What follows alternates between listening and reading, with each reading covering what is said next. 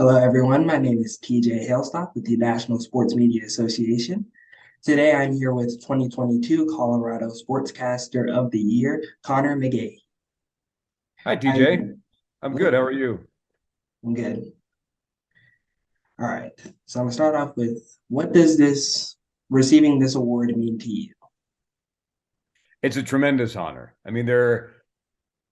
I've said this on numerous occasions. There are so many other people who are deserving of this, who do incredible work in the state. And to be thought of by your peers, to be nominated is an honor, and to win the award is even a greater one. I never think that I'm worthy, and so I'm very grateful to a really good group of people here in the state and around the country for the nomination and the votes.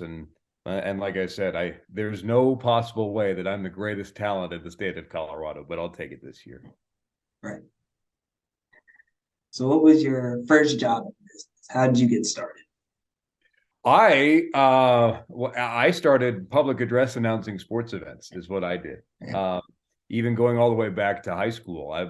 Um, I was the PA announcer for our hockey team, did basketball, a little bit of football in there, and then when I went to the University of Denver, I showed up in the fall of my freshman year, and I went into the athletics office and I said, "Hey, this is what I've done before. Do you have anything for me?" And they looked at me and they said, "Okay, 18-year-old kid," but it was interesting because I did a couple small events, and then I was playing saxophone in the pep band for the University of Denver at a basketball game. And whoever Right. was supposed to announce the game didn't show up. And so Chad, who was the event manager at the time, he came over to me, remembering that I had said, "Hey, I'm available to do type stuff." And he said, "Hey, could you announce this game tonight?" I said, "Absolutely." So I was in this like Ronald McDonald looking rugby shirt in the in the pep band at Magnus Arena at the University of Denver. I take off the saxophone, put it down, and go over to the scores table and announce the basketball game. So I did that when I was going to school there, which was a great honor. And then I started to do more of that, which spilled over into the pros and broadcast from there. But when it came to covering sports, I was the PA announcer at the University of Denver. All right. So, and then my next question is, how did you go from there to where you are now? What path did you take?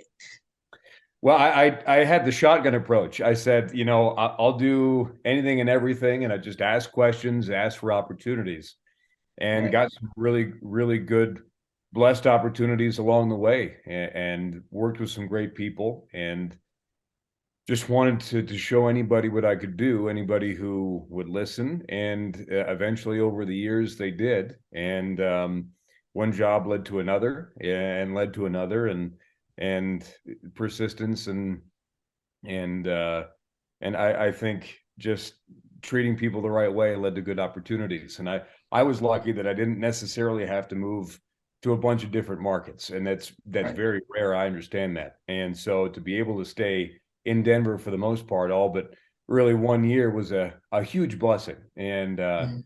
so yeah, I just sort of said, "Hey, I'll say yes to anything and everything," and that meant that I would broadcast National Lacrosse League indoor lacrosse.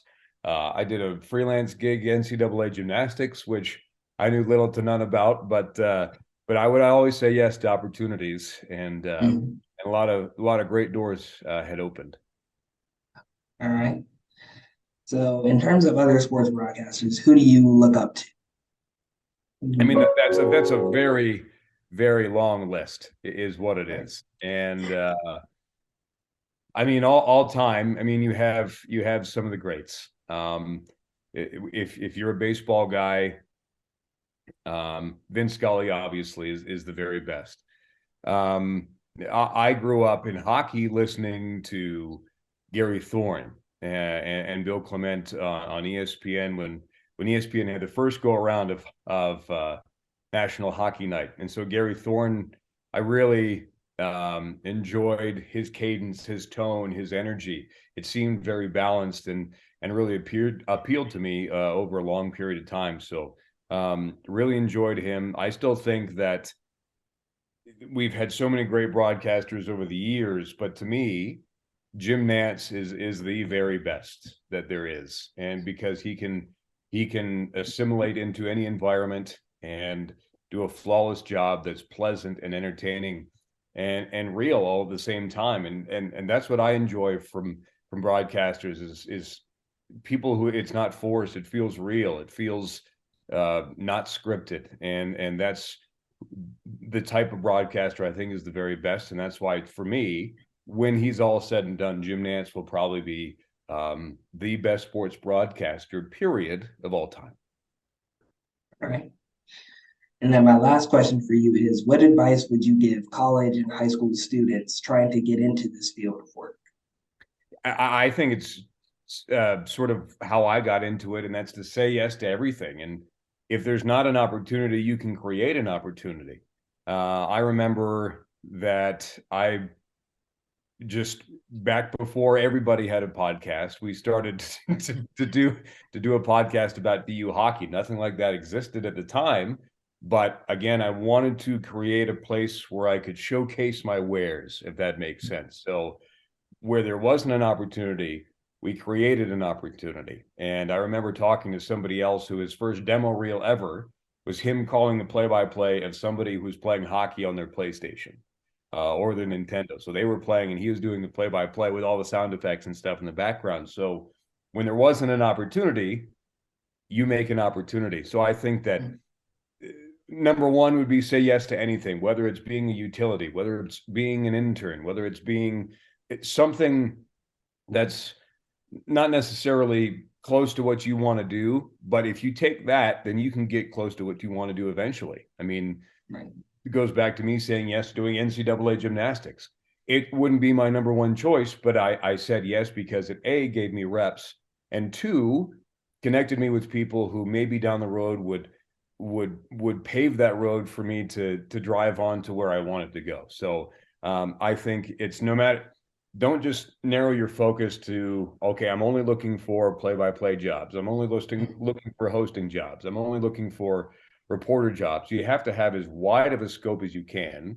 And the more versatile you are, the more of an asset you are as well. So I think that, again, shotgun approach, take any opportunity that you get, and at the same time, create your own, because that shows that you can self-start, that you're also creative. And I think that makes you suited for anything in this business at the end of the day. All right. Well, that was my last question for you. So thank you very much. Thank you, TJ. I appreciate it.